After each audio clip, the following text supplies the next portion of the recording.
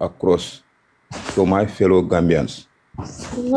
All those who voted against our right to vote, we know them. Okay? They are our families, they are our brothers, they are our sisters, they are our uncles. Now, what can we do now? Because they are spoiled the future of unborn Gambian child. Now, we know them. What should we do now as Gambians? Let us also stand against them. Okay? Anywhere we see them, we try to deal with them very mercilessly. Because amul muslaha. Okay? No. Fu mu nekk nii foog nga mer sister. Su doon beneen dëkk la day du yomba ñoom. Do you understand? They travel. They come to Europe. They go to other places where Gambians are. The Gambians, they deny their rights. They leave the Gambia and go and meet those peoples wherever they are. I'm on a minister. And those fellow Gambians are seeing them. Why can't we deal with them anywhere we see them? Let us come together and deal with these people very mercilessly. Take them lessons. Well, how do we deal with them? Like if we see any of them in Europe, anywhere you are, try to deal with them. I'm going New York mom for you. We beat them very mercilessly. This is what we are going to do. Because this is something. One from you know, it's because of those beatings. It's because of those screaming and shouting and yelling. That's why they don't want us. Hallelujah. America. America. Mo be wulu. Abe dawda. Nga muta nga simu kati. Nga wuro kati. Nimbe Europe ja nento nga menchi baro mo Europe ja mo be suti aren dawda. Isi won se fura ninoje. Taje. Ali da be tay. Many be Africa. Many ali men be da the same thing. They da be tay. Cannot travel. No, there's something people need to understand. Allah da fix. Because Bangko kata nyame, you can understand. This is not about politics. This is fighting the future of unborn Gambian child. The sad thing about people don't even have chances or access to travel, bro. Exactly, they don't travel much. You don't even see them anywhere outside. No, I want to when they travel, they miss their families. My brother, ak Dr. Cisse. Wow, New York City, yeah. But Sidinja travel. America mo mulu na len. Sidinja. Keneen ki naka la kooku tudda borom yaasi mu ne New York City is the capital of America. I saw that boy at Brussels. He was making a video about Sidinja in the same airport. I told the man, this man is a very desi man. Why can't you slap the idiot? Slap him. Yes, because Europe is here. Beat him. Yes. Because Nintele Montana abenda Brussels. Nintele abenda any airport. Out from the Gambia. Bada be Taylor na buro kuli so le mure somebody. Ala fix. Boy, what a boy. Because you go bring almost Sungara from field kang, but because you call a pen do a field kang. I know. We have been emphasizing this thing. I could remember 1990. Our president is by fast to talk about these things. How many years? Yeah. This is now we have the opportunity. These people are denying our right. This is total madness. Wicked. One thing is for sure that. One thing is for sure that other people don't joke. We might want to go the civil direction, but other people would not joke about it. This is not a joke, man. Yeah, this is not a joke. It's very disheartening. This is violence. Yeah, they violated our rights. Exactly. Yeah, that's true. Violation is Ninge violation. jang ni understand ndo mamolo nde kana sa ninte momo je jam ma nying area la mbe na mba fa ngo boy ila ke ka be general anga ta noma ka da be tay na buroda na no ngata ko na buroda ala da fik good li dafa ñaaw so si li dafa ñaaw I'm like li dafa ñaaw who the hell are these people in the first place ñom xamuñ sa I don't think that they know what they voted for. No, they know what they voted for. They know what they voted for. They know. They don't know what they voted for. No, they know. No, they don't. Parce que man ñi ma gis ñi xamuñ sa constitution bi luñ ci binda. No. Metti na moom si xol wax dëgg ne yàlla loo xam ne sa right ñu ne yow doo ko jox loolu ba metti si xol. Since 1990, 1980, we have been fighting for these things. Yeah, we have the opportunity just to make it true. We vote. They said, no, you cannot vote. But give me your money. Let me chop your money. This is total madness. Reso na lolo. Di dafa ñaaw man. Waja ba. Inshallah. No. They sometimes go on the bring. Am nga ñu ne lu yomba ama lu wara amin fokk mu metti jaama bu naré am rek fokk metti am. Waa hanga nag mooy li ma wax rek su yàlla daf ñu nar a falal Essa macha allah moo tax ñu nekk di jalgati luwaa bi yàlla indi ñu koo xam ne dinañu tegal suñ luwaa si yoon li ñàkk yëpp ñu dajji ko ñu defaraat ko incha allah.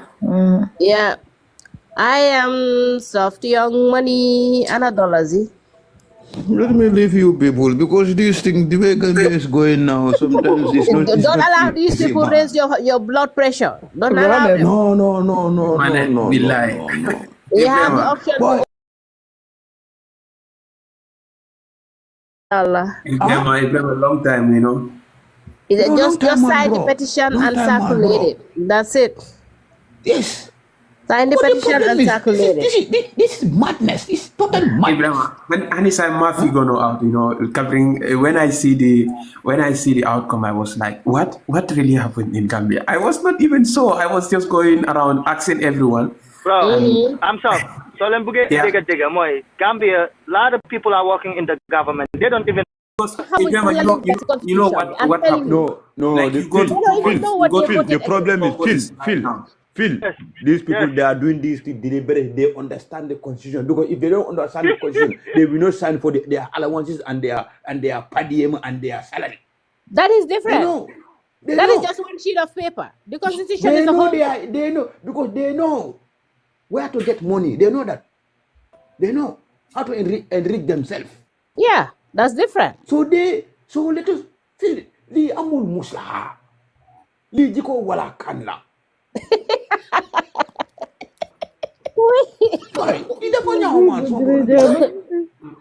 I said, Ibrahim, anything that has to do with rights, they know the right of all the citizens. Ibrahim, dina ba inshallah. Manoko dina ba. Because mpenta le boys karastaman le bon do ko la na buru mbe do ko la nga news je foro nyaje ko ta nyato man I cried man bro. I know. Yeah, dama joy man. Because yalla amanka comment for a problem moti de amanka Ibrahim is not over yet. Because na problem nka mira men na feel I don't know man for gamino be ke mira men the unborn Gambian child.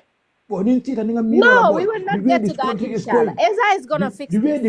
Trust me. The way the country is going. 1% of the vote. The people of unborn Gambian child can go to court. Right. The way these people are squandering our money, our funds. Yeah. They are selling our sovereign institutions. I know. To private companies. The way they are mismanaging our funds. Because they can't. So I think why? But whoever signing any contract with Gambia government now, they must be stupid. Because they would know that the next president coming in as Amaifan next year, inshallah, is going to revoke all those contracts. Send them out of the country. So that's the thing. Borom kanam yi ñaaw yi bu ñu ko fi tegal sax duñu Fatuma génne ñu li ngir yàlla yonente bi. efar yu bon yi le. Lii dafa gën a futti suñu xol yi rek. Ibrahima mu ne ñu xàmmee leen da si ñëwee Europe moo tax Fatima dugalal ñu. ñu ngi leen dugal sax si WhatsApp bi wala WhatsApp group bi. Traveler, where you going? Ma metti moom wax dëgg. Except Gambia. No flights to Gambia. Madu. Last week I nka même foto I bir question min be français wala ke ila ministre do beje ya bouté français le ila ministre do beje ila finance ministre do beje I bir ko ya bouté français xam nga ñi xam nañ ne seen wàcce dafa jot ba pare. do you understand so fu nekk ni ñu ngi ut lu ñoo mën a sàcce balaa ñoo wàcc. This is what we need to do. Even the ministers permanent secretary ni ngi daw da ngi bouté you know tuba bul le fente auto because ni ko tuba bole ko kan sa these people they are corrupt what can they tuba bole I because France ya bouté la fo bina fala abi hotelo de kan san a viriano nim fal kan mo lifa imam mo aresi janjad la dron wa ministre ka nyaada be ka fonko ka lifa il finance ministre do beje so why do gaminol bu koke nga fa ko kirip karab don't even talk to them ali lipa ke damfu ke baro be Ibrahima ite dañin diamo alama kana ke isa balan sañi kana to babudu. Aba ko babudu be pare. Wala de nga xolam baaje.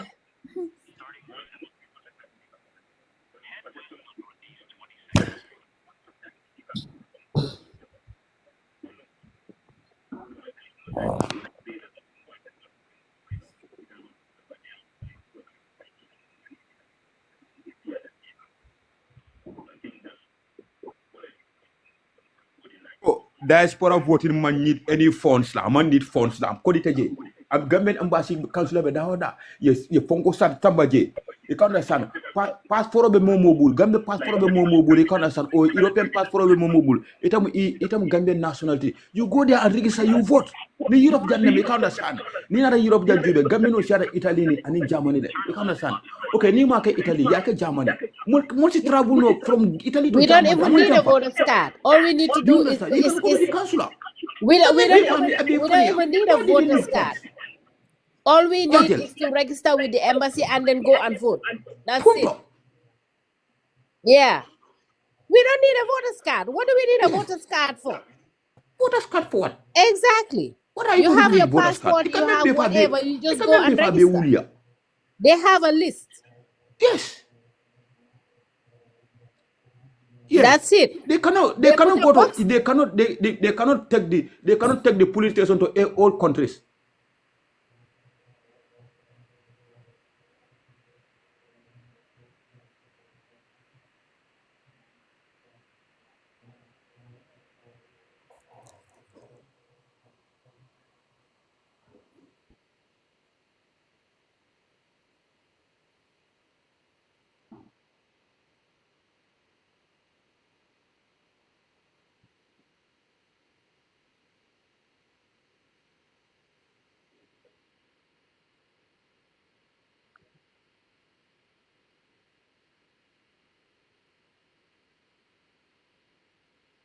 It's just out of jealousy and hatred and stupidity.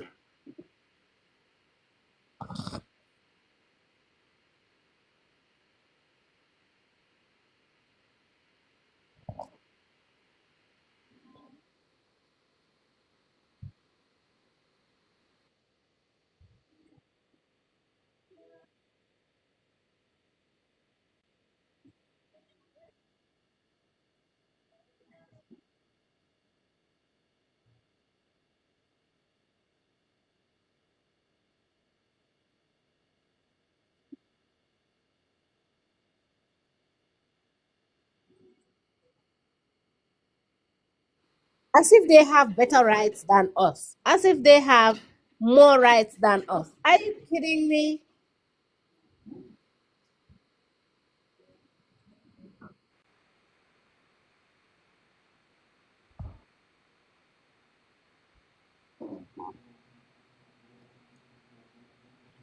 I just think Go. they know that Na broda nga when mem you fo get the dam right malemu. vote, You can understand. Ni kata wala kanoti. Ya there's something they'll ni be out. mo kata wala kanoti. Al fanan ka ta le kana san aleka kundang walti. Na broda. Su neka wala kan ñun tan dañu neka kundang. Yes. O dam malemu na broda. Because na broda. If you look at the Guinea-Bissau ka karta fa janna. Gambia la fanan be Guinea-Bissau ñaalo. Bon, ibi Senegal, Ikela pulo di la council le tuja. Let me tell vote you, here. Nigeria, they just bought, Nigeria, they just bought new technology machines for their to make their passports for passport printing, just like last month. They sent it all over the place, all over the diaspora. Gambia, they Everybody's don't doing even it. have. Even an ID card. Can't even provide The Senegalese, ID they get card. their ID cards. They get their ID cards from here.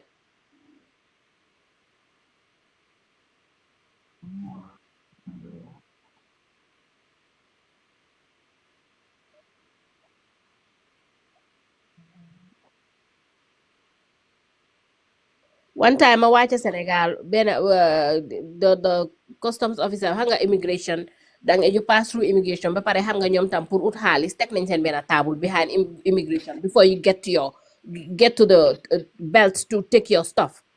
Mune man fuma jëlé suma passport because passport is not biometric, it has my signature. Monaco. They don't even know ne ñun soon government doesn't even facilitate us getting passports wherever we are in the diaspora. They don't even know. So bim gisee loolu dafa jaaxle. They don't even know. So ñu bëgg ma fàttee may leen it's not gonna happen. It's not gonna happen. So leen amee seen issues about these things mu ne ma ne leen sort it out with our president. Jox leen ma suma passport bi and I'm out of here.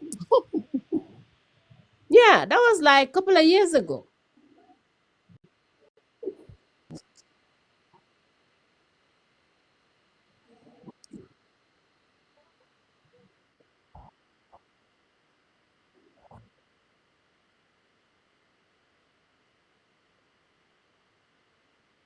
Even an ID, a simple ID, you cannot get it.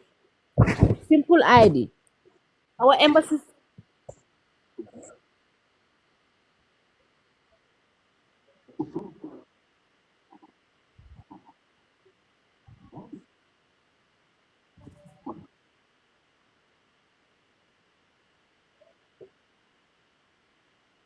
Doy na waar de.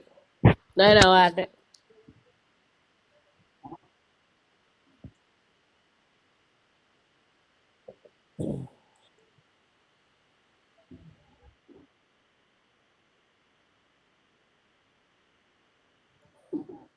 This government all they know is invoices. To pass invoices. Xamuñ dara. Yeah, because they think we are the noise makers. We make noise. Anything that is happening in the Gambia, Yeah. Gambians in Gambia, xamuñ ko, ñun ñoo ko di gën a xam.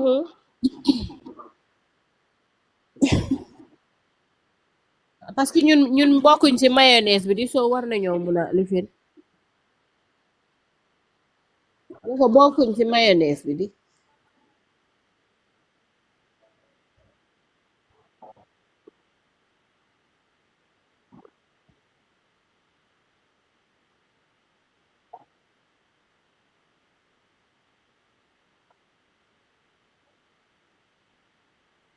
Ñun dañ gëm yàlla trop.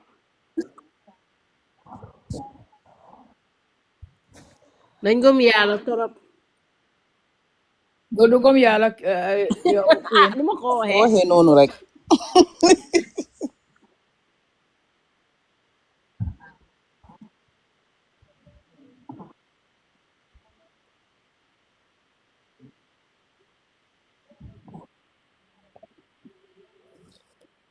Ñu masa kunda ñu ka wuli ala fa moli na broda. Yaje dawda fa man kende ya alma lete dawda fa mu keba men de keba ñu bukata ku. Dawda fa man la fata ata fa la fi chola. Because no yalo because I see and that they can't understand. So wala ndaba ko dawda fa man lefi dawda fa mu ke no dawda si abar ndati dawda mu keba men de kan dawda fa man la fa ala fon la family la. Because no ndaka ma nyame wonte han TRRC implemento isa keno Gambia ka monekata ikafuko TRRC they need how many million to implement the White House because wait you understand say don't let judicial system ana fale nothing is working ika court function you understand how many court pending me anyira tala within 1 week 2 weeks I bang ika some of 5 That's why President Esa called them transaction government. In the Kenyari, itu dani role of blood to dami code you phone Alphonse someone now we need phone. What kind of phone then you then need? It don't phone said this is the new hari budu ta mon need wala ning diaspora 14 ya jere Gambia council ba dawoda ni ma samono Gambia council ba dawoda ya jube ngi ka understand okay ya jibe comment like Gambia no share dame UK you can understand the high commissioner of the UK. Okay, UK can have a police station. You know, Europe, Germany, Italy, you can understand that. Holland, you can understand. Pool flash it around to la Jan. Germany, Austria, when Italy will see the no pool. Gambia Council ya sama banko kilinta. Ning Gambia Council ba ya sama Italy. Men be Germany, they can travel. Gambia, Germany, Italy, iman jampa. Yaje, oh ya ka Switzerland inside. Yaje, Switzerland ning Italy be border in. Italy ning Germany be border in. Yajer, okay, Belgium, ya somebody. Yajer, ya somebody. Yajer, people can go there. Yajer, you need a passport, you yeta, ni be da yeta. If you have your car, you drive. Ni man pong do travel yeta bosola. Yajer, maybe America they have their own police station. Yajer, maybe Eastern Europe, they can understand, come like Poland, they can understand, Russia area, they can understand. They can have one police station. They can join. Maybe Africa, Angola, they can have their own police station. South Africa, Nigeria. Yes, Gambia Council of Daoda. I'm on need Kodola. It can be for the family. They are denying us our right. It be more life to Nyaka, it be for life to Nyaka, it be the family life to Nyaka. It be a memory more life to Nyaka. All we need that is paper and pen. Paper and pen, a box and marble. That's all we need. Come and just put. These are simple things. These are simple things. Yalone Ibrahima. Yalone, if you look at people like Fatmata Jawara, I'm disappointed. I'm disappointed with them. You know, because people like Fatmata Jawara, those are the people who were fighting Gambia for the last 22 years because of what they want, freedom in Gambia, freedom of Myalanko. That's what we were fighting for the last 22 years. So today, if Fatoumata Jawara vote against the diaspora, I don't understand. I love to in that position, like voting against the rights of the Gambians in the diaspora. We can even vote through by mailing our votes or doing other ways that are very easy. But first of all, we have to approve if the diaspora can vote or not, before we talk about the possibilities of how it will happen, the difficulties of how the diaspora will vote. First of all, we have to accept them, but they deny our rights. That's the fact. They already deny our rights. Nakala diaspora so very powerful and very strong. When the diaspora know how that thing happen. So with that, when you had that opportunity, they will go out. Even she will not see herself in the parliament anymore, probably. Because hanga diaspora voting, duñ ko mëna sacha. Yeah, lol. Duñ ko mëna sacha. And you have like almost like 300,000 Gambians, mashallah, in the diaspora. So to do that, 90% of those people would be eligible to vote. Gambians are more than 300,000. Gambia, we are even more than 300,000 diaspora. Yes, because they not giving understand undocumented Gambians. You can understand the country. What about the undocumented Gambians who are in Europe or who are in diaspora? They don't even have they don't even have the residence permit, but they have the Gambian passport. Even those people, they can vote. Because they don't have European resident permit, but they only have the Guinea-Bissau passport. They vote. No brother. Just need to be 18. That's it. No Italy. Nga vote. I don't vote. Akonyom vote. Nga yekatofa ko ha. kati ka bulu gire bisa passport kai kai to akunya ha what come on kate ida Sidin Jai I never talk about Sidin Jai because Sidin Jai was my senior not senior newsman. You can understand I have maximum respect for him. Yeah, but ala 2016 I ala diamol I was not offended because ngaje ko mal democratic right leti. Yeah, I raised like a diamo. Yeah, but ala ning vote against these things. I was offended. Because ngaje ko kana sana wo anyanta role player manya na me player ya jele abu mo lele life tinya ka woto so automatically mo memba hada madun life tinya ka or automatically wo mari fana life nya da tinya la that's what I believe. But the issue is they just do it for just self-interest, you know.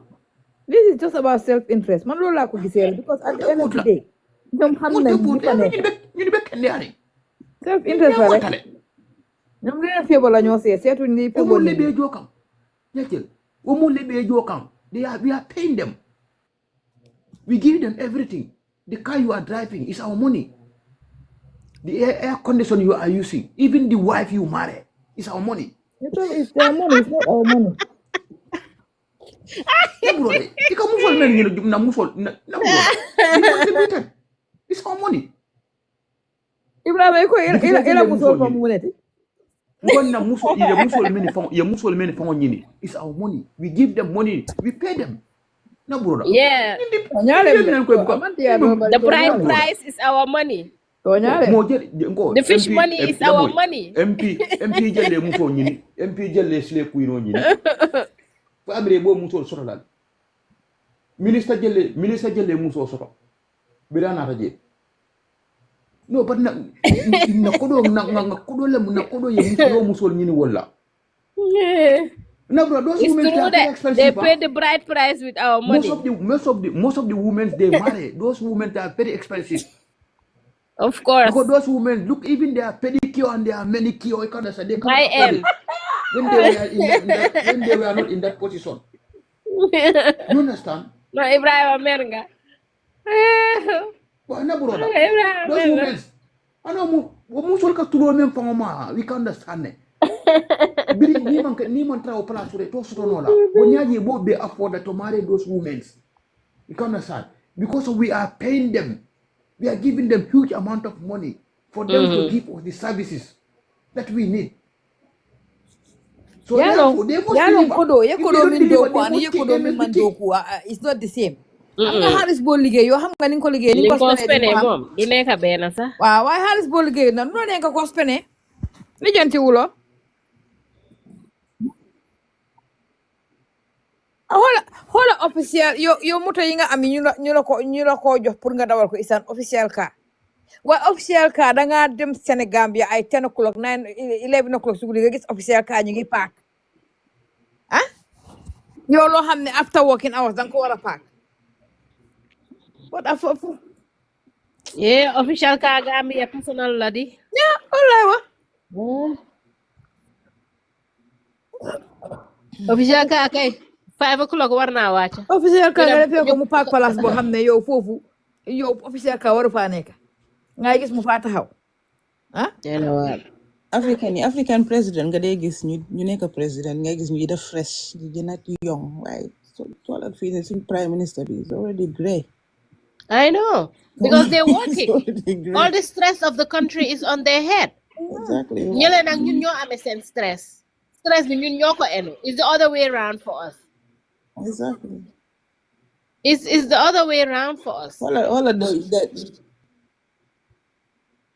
the former prime minister, Indian, he was already getting grey and he was already 42. Is he 42? Obama the same thing. Remember?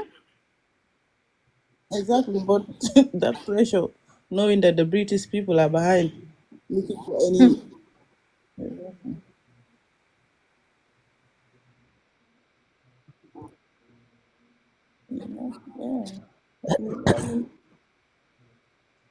ñun Adama Barrow mu ngi ne di gën a am yaram bi dem mbiram bi di gën a rëy Bakar la ñoo lekk rek moo loolu la Bakar. dafa na yaa ngi healthy bés nga xëy rek am heart attack collapse. Bakar la de. Ano ko bés nga xëy rek am heart attack collapse.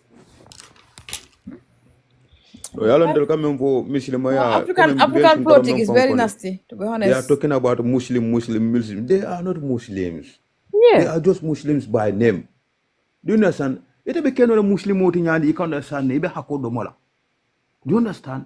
For those allowances and those even per diem, they give themselves. You can understand? It's haram. And then afterwards you go take ablution and pray. Waaye moom la ñoo war xam nga ñooñu moo tax ñu naan ñooy naafeexa yal nañu yenn musal si naafeexa.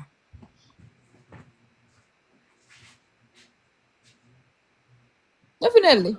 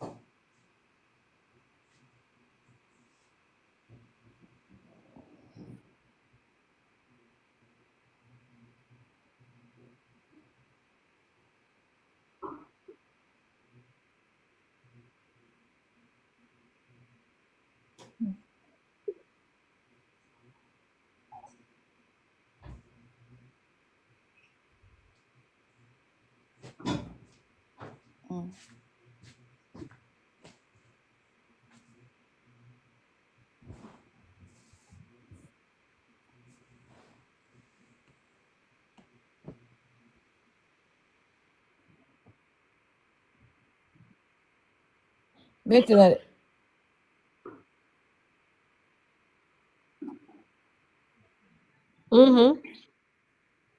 Li ma wax Sala xamut. Xamut the repercussions of an audit.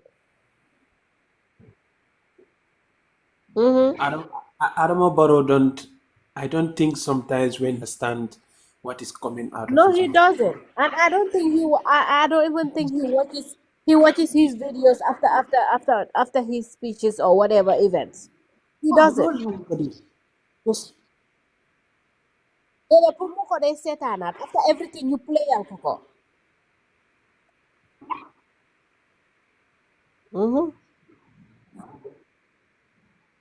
The problem is Gambian people think that Adama Barrow is not educated. Adama Barrow is very educated, very intelligent. Because everything that Adama Barrow will say on the media, okay, they provide it for him. You understand? What they want, that's what they say. You understand? Because Adama Barrow, he has his executive, he has his secretary. Okay? They are the one who gave him the speech for him to say. So that's what they want, what they feel to say. That's what he says. This is it. They are not speaking on the future of unborn Gambian child. They are only speaking how to squander our economy. For me, Like what President Esa said. They're just like what? Transaction government. All they care about is transactions. How to get this, how to get that, how to get this. That's all. all these parliamentarians that we have,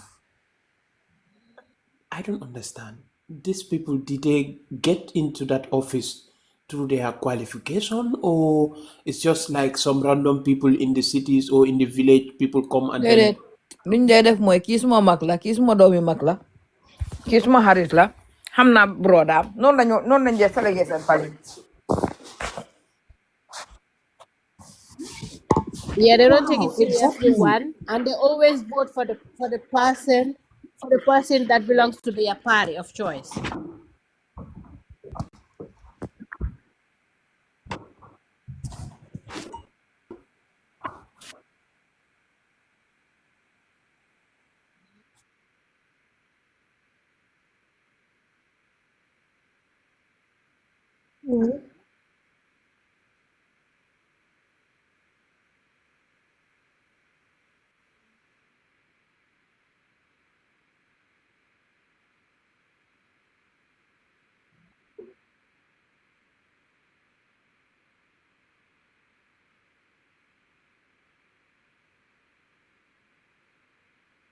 Mm-hmm. Mm-hmm. Scratch my back and scratch your back.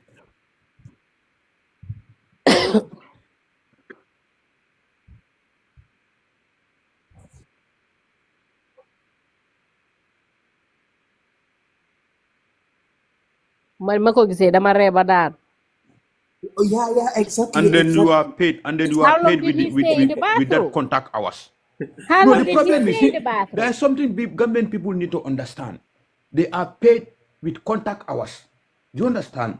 Now, any contact hours that you is absent from your duties, you should not supposed to be paid with that contact, with that hours. And then they are paid with that, even if they are absent. So if you are absent, normally you should not even be paid. Because the money that you receive from that will haramula. Haramulati. But you, you That's are it. absent, but it is not meant that you are not going to be available. So you are absent for a time of period. You will be back. So when you are Bathroom back, Like bi you that should boy, be how that getting boy long your who laa went holiday. jël? for How long? campaign. That boy who went for campaign and he was paid. You are going for campaign. You are an MP. You go for campaign and you are paid. Ngane Well, back from haramula. Ngaden. Okay, you are going to come back. We still waiting for your opinion. Exactly.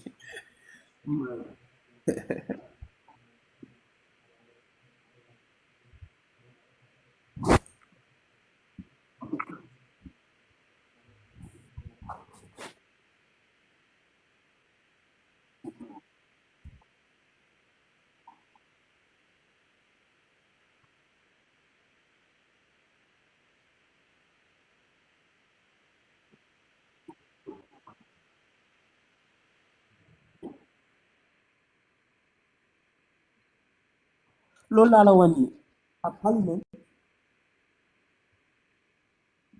bi dafa need qualification.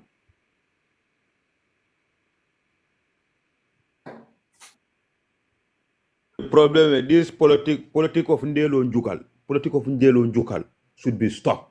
All these things are caused by politic of Ndelo Njukal. Because you are a die fan of this political party, okay, you are recommended in campaigning for them, then you are paid for the Ndelo Njukal.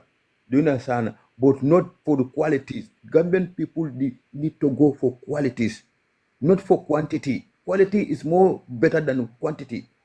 Do you understand? Like example, I will give that Mama Kande. Mama Kande during APRC, he was in the parliament. He was supporting Yaya Jammeh's bill. Now, after losing the election, he said he's not going to the parliament. Does that make sense? And if he go to the parliament 2016 or 2017, he could play a significant role in the parliament because he is experienced in politics. Mm-hmm. But because of he feels too big. And parliament is the pillar of a country. So Gambians, we should take our parliament very seriously. Very, very seriously. The There's a lot of parliament, for me, the civil parliament is the most important, there's a is the lot of most civic important organ. education that needs to be done. Okay? Yeah. But Gambians, everybody want to be everybody want to go to state house. Nobody want to go to the parliament. Does that make sense? Even last time, Mrs. Sok, Mary Sok, I raised the Yeah, same they asked question to her her. one time. Yeah. Mm-hmm. I asked her, Mrs. Sok, Mm-hmm. if, for instance, if you don't have, if you lose Mm-hmm. the I was election, there. would you go for the parliament? Most of them think that, I just came there to disrespect her. But that is not disrespect. That is second choice. Yeah, If you stand as a presidential candidate, you know that you are a very experienced politician. You have love for the country and you are committed. Then you should go for the parliamentary. If you want to save the Gambia. But you say, okay, I want to go to State House. I don't have a road. I don't have a chance to go to State House. Now I will wait for another 5 years. Does that make sense? No.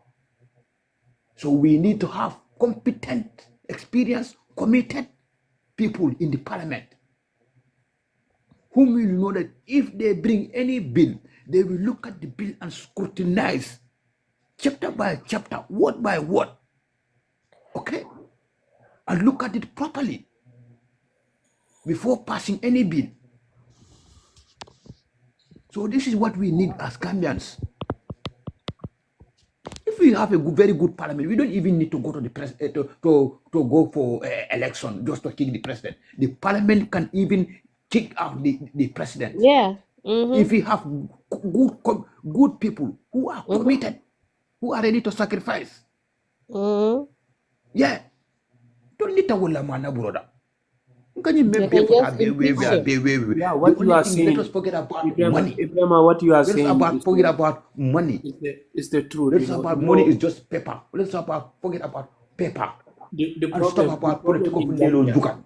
is our Political parliament. fundelo jukan wala nyanta stop la. No man stop banko titano.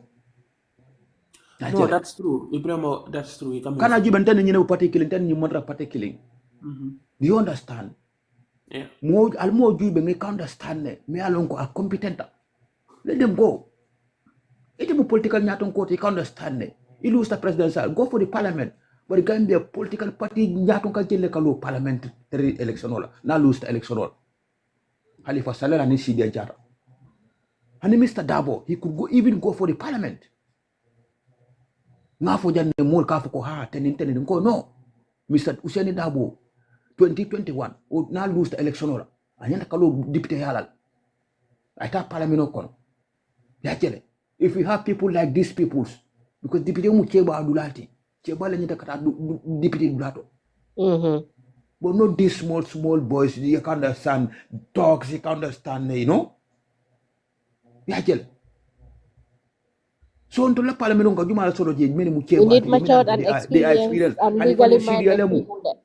Alifani Syria lemu, they cannot understand. So they cannot, it is a most on. Yeah, they try all means. Yeah, even the diaspora, they are well educated, experienced. They can even come and stand as a parliamentary candidate. People will vote for them. Yeah, man. Most of the time. Even Yankuba Dabo, even though I'm not in UD, I'm not supporting UDP, but even Yankuba Dabo, Janna Bita Ponkola, I enter MP parliamentary election on the follow. Yajel, he should go to the parliament. Yajel, Alimame Talno, the last time I spoke about, I said Alimame Tal is very experienced. Yeah, he could have been a very good parliamentarian. People like Nyanjai. Even young guy, he could go. We have good people. Good Gambians people, only we want to talk, we don't want to sacrifice. This is the only problem. Unless and until we know who we are as Gambians. It's just the experience, the political maturity, the civic education that is lacking. Even Madi Jobate, me along all the time I can write like karap. Madi too. He should go. Because they know. Actually, would you have the small boys, the talks like me, go to the parliament? Okay? Okay? Thinking of padiems, thinking of slave queens, pedicure, manicure. Do we think we fight the people of unborn Gambian child? Bills, you cannot even understand. So they just want to upgrade themselves, their status. Yeah. That's all they need. I am supporting PDOIC. You can understand, like people like those parliaments and they can understand. He is I experience Misal be hanna alota as UDP ticket or independent ticket as a parliamentary. Mbita nga kato fai, mba promote a kato di mad nyina. Yajele, people like it understand misi sok. Hanna molo na party to yala. Nsafo ko oka al kato di yala. I tadi bite buokon. Because she is competent, she is mature. She know what she will do in the parliament. She could play a significant role in the parliament. So these are the things Gambian need to change now. So I think parliament only for consider for Gambia. Let us consider the parliament. Let us consider the parliament. We have good people in our parliament. So that our parliament cannot be a rubber stamp. Yes or no, eyes, yes, those that make sense. No, come Come on, man. Guys, let's try to round up. It's late where Fatima is right now, so and wherever you guys are.